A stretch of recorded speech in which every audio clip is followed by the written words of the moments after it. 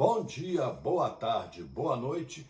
Márcio Baccarini, Criatório Baccarini, e agora falando sobre a questão de transmissão genética, né? É uma questão que a gente está sempre discutindo, né? E está em pauta, muitas vezes não com esse nome, mas com outras observações dos parceiros, né? E diz aquela historinha assim: esse galo dá filho bom? Primeira questão. Segunda questão: o filho de um galo bom vai dar galo bom?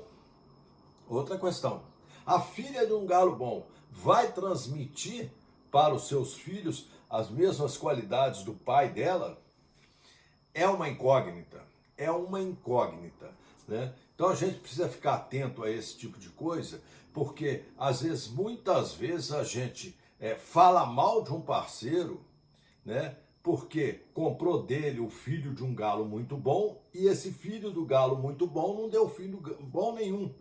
Então a gente acha que foi enganado, a gente acha que alguma coisa, fizeram alguma mutreta aí nessa história. O que nem sempre é verdade. Nem sempre isso é verdade.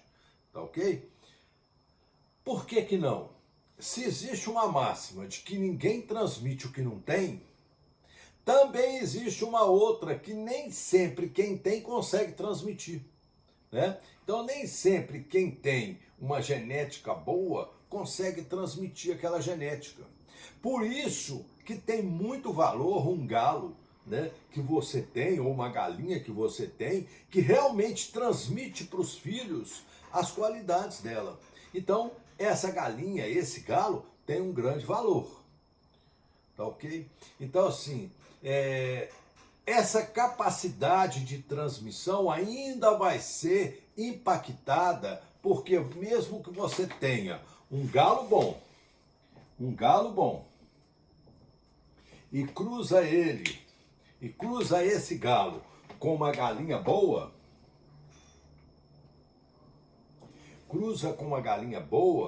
ainda é preciso ver se desse cruzamento, se esses dois sangues vão se bater, se esses dois sangues vão se combinar, né? Precisa ter essa ideia, né? Será que esse sangue aqui vai combinar um com o outro? Deixa eu pôr uma interrogação aqui. Será que vai combinar? Porque nem sempre combina, né? Nem sempre o sangue de um galo, né, ao cruzar com determinada galinha, vai combinar, tá? E muitas vezes, quando você troca a galinha ou troca o galo, o que permanece lá começa a dar filho bom. Por quê? Porque de alguma forma a genética, né, o código genético dos dois, de certa forma se combinou bem. E aí eles dão filhos bons. Por essa razão é que quando alguém me perguntou aí no grupo se eu só faço consanguíneos, eu disse não. Não. Por quê?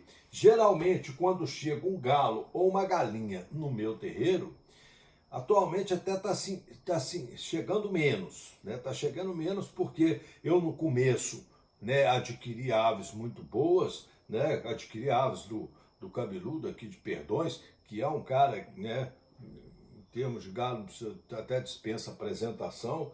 Adquiri, me passou genéticas boas, adquiri também de outros parceiros fora, adquiri de pessoal do sul, adquiri de pessoal do norte, né? Adquiri de várias pessoas genéticas boas, né, para começar a fazer um trabalho, tá? Pois bem, então assim, eu trouxe, por exemplo, galinhas lá do cabeludo, cruzei ela com determinados galos que eu não agradei, mas eu não comecei a maquinar na minha cabeça, será que ele fez, né, sujeira comigo? Não, nada disso, porque eu sei que muitas vezes, mesmo a galinha sendo uma galinha, né, de uma linhagem muito boa, nem sempre essa galinha transmite.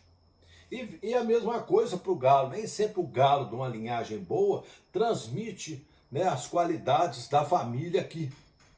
E ainda tem que nem sempre o par que você colocou vai gerar filhos bons por questão de não haver compatibilidade genética.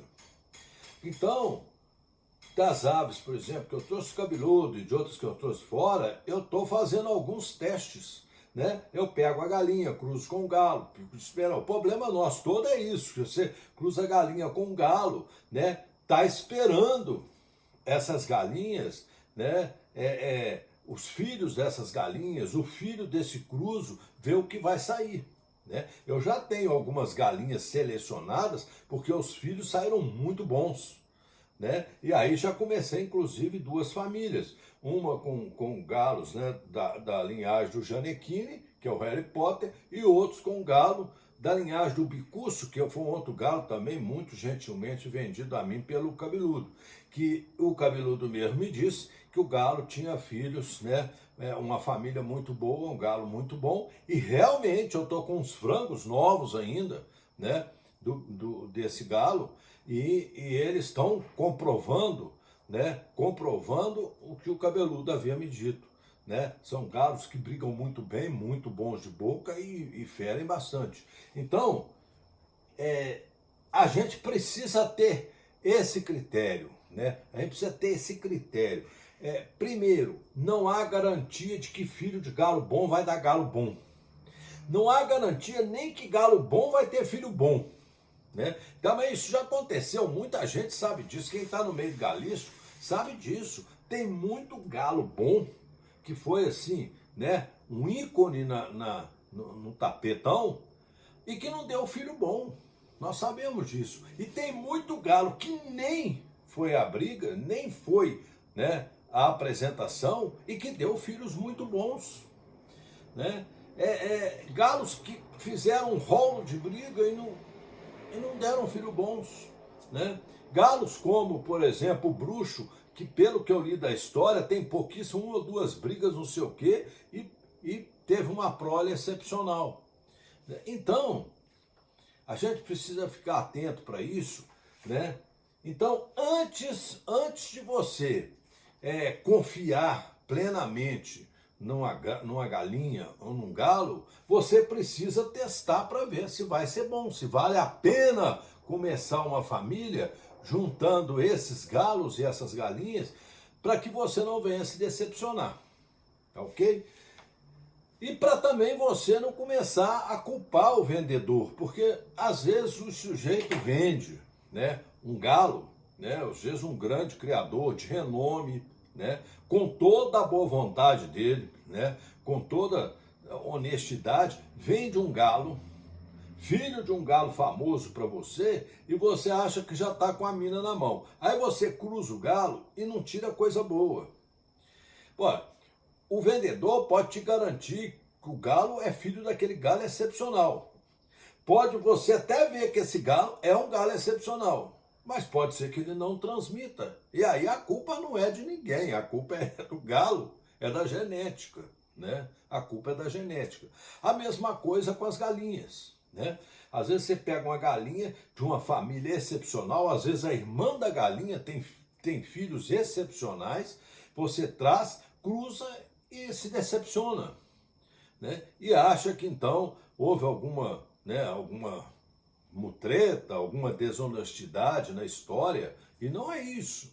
Não é isso. É justamente pelo fato de que a garantia de transmissão genética, essa ninguém vai te dar. Por outro lado, um indivíduo que tem um galo ou uma galinha que transmite, ele não vai desfazer dessas aves. Isso eu tenho certeza. Não vai desfazer.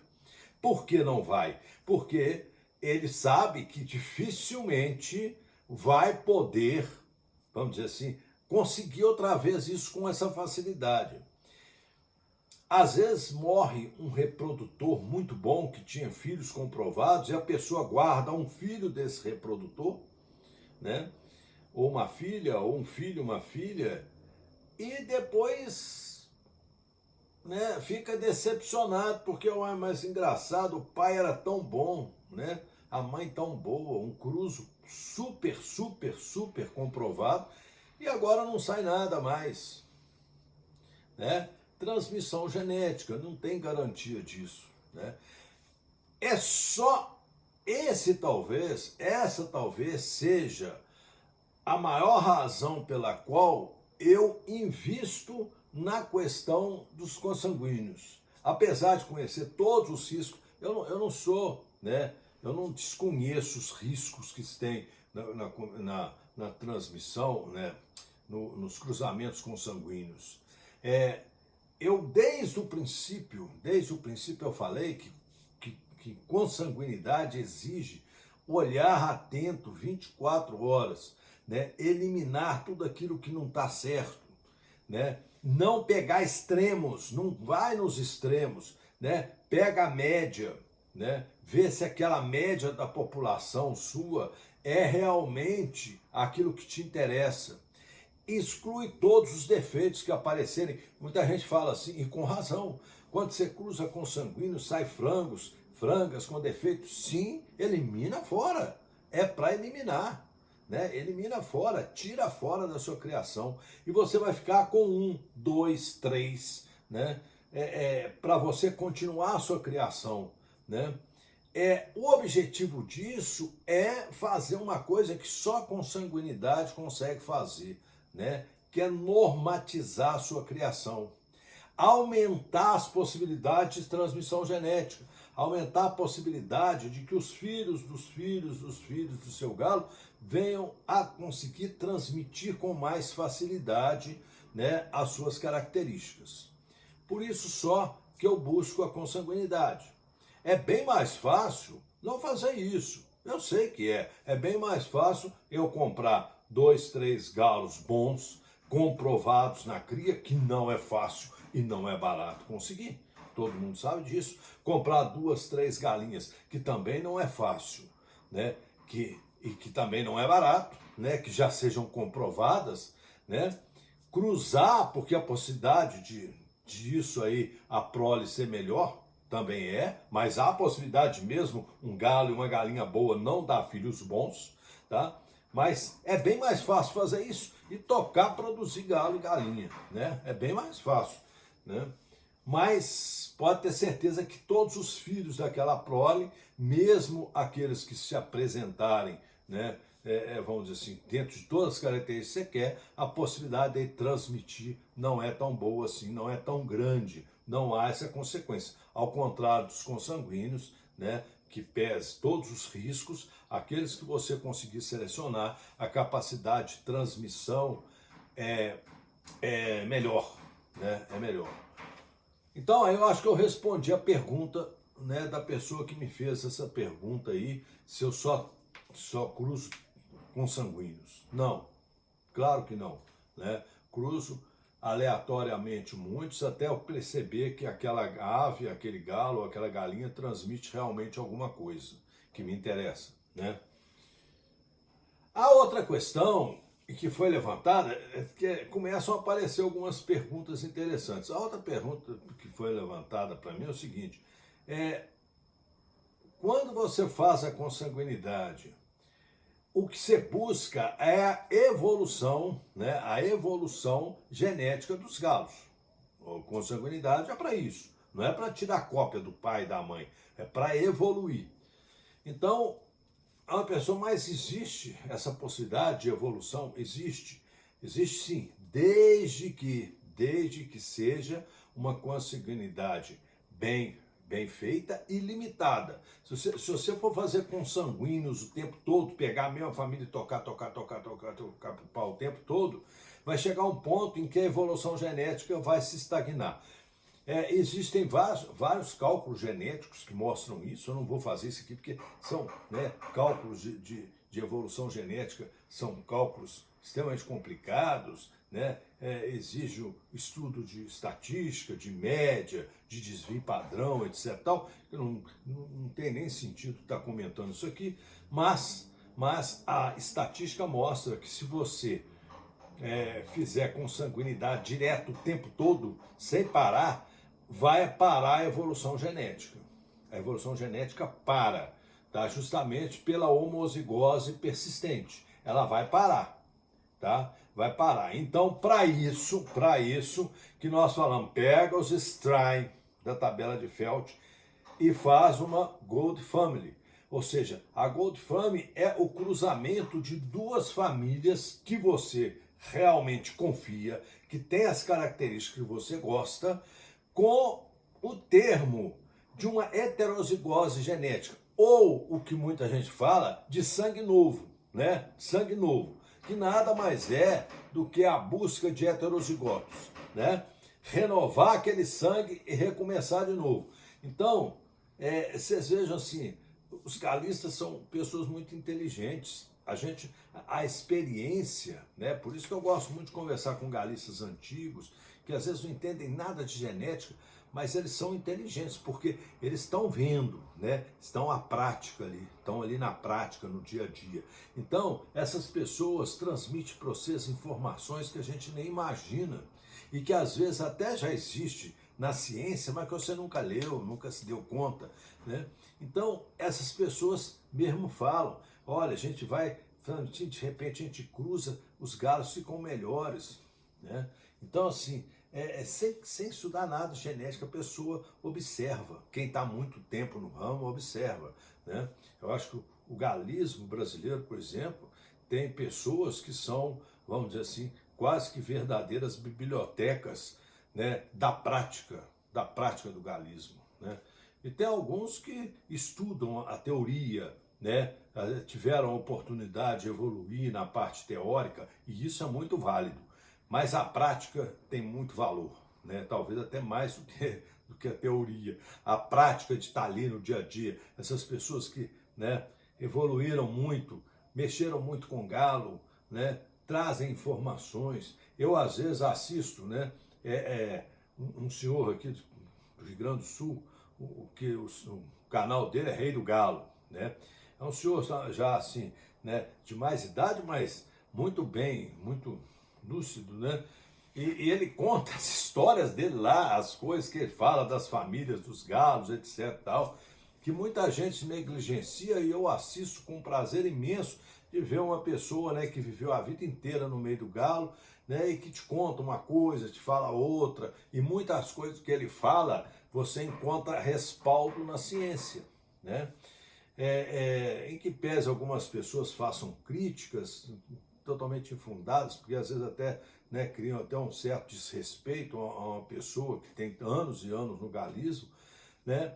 Mas o Rei do Galo, né, é um ícone na criação de galo, um senhor de idade que está aí, acho que mais de 80 anos, né, que está até hoje no meio do galo. Você vê que é uma pessoa simples, né, uma pessoa, né, que tem uma criação pequena, ele mesmo diz isso, né, tem uma criação pequena, mas que tem anos e anos de galismo, e anos de observação, anos e anos olhando, vendo, né? Então ele tem opiniões que a gente sempre retira alguma coisa. A gente precisa ser humilde de entender que muitas vezes o cara não é um as, né, vamos dizer assim, na teoria do galismo, mas ele é um cara que tem uma vivência longa no galismo, né, e tem as suas coisas para contar. Tá? E se a gente observar muitas coisas que é dito ali, você observa e aproveita muita coisa. Tá? E assim vão, né? Eu vejo vários galistas antigos contando coisas. Às vezes você vê que a pessoa não tem estudo, né, em termos universitários, né? Não tem estudo. E nem por isso essas pessoas podem ser colocadas à margem. Até o contrário, né? Até o contrário, você tem que trazer essas pessoas para ver o que elas aprenderam ao longo da vida, né? E eles, então, quando se trata desse assunto de transmissão, embora eles não falem em transmissão genética, que seria uma coisa assim teórica, eles falam, claro, para a gente sobre o galo bom, a galinha boa, né? Até me desculpa o tempo que eles falam, galinha cu de ouro, né? Que pode pôr o galo que quiser, que sai galo bom, né? Esse galo padreador igual esse não existe, pode pôr qualquer galinha que tira galo bom. A parte dos exageros, muita coisa tem razão, né? Então, gente, antes de vocês começarem uma família que tem esses objetivos que eu falei aí antes, é bom vocês testarem. Não é o fato do galo ser filho de um galo bom ou da galinha filha de um galo bom que ela vai transmitir isso, né? Então a gente precisa realmente testar, ver. E se caso não transmita, vocês têm que entender que a culpa não é do cara que forneceu o galo e a galinha. Ele te forneceu a genética, mas não te forneceu a garantia de que essa genética vai ser transmitida. Então é isso só que eu queria passar para vocês. Eu acho que é uma forma que a gente tem de começar a perceber, né, que a genética é uma ciência, não tem dúvida. A prática é uma ciência, entre aspas, mas é uma ciência da vivência que a gente não pode ignorar, né?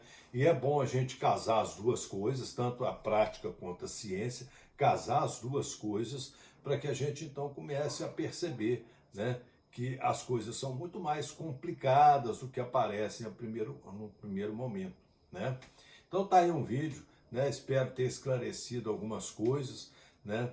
E assim que for possível, eu vou fazer um outro vídeo, né? Que está sendo cobrado muito de mim, né? E aí nós vamos tratar de um outro assunto, que é um assunto que está aí na moda, tá?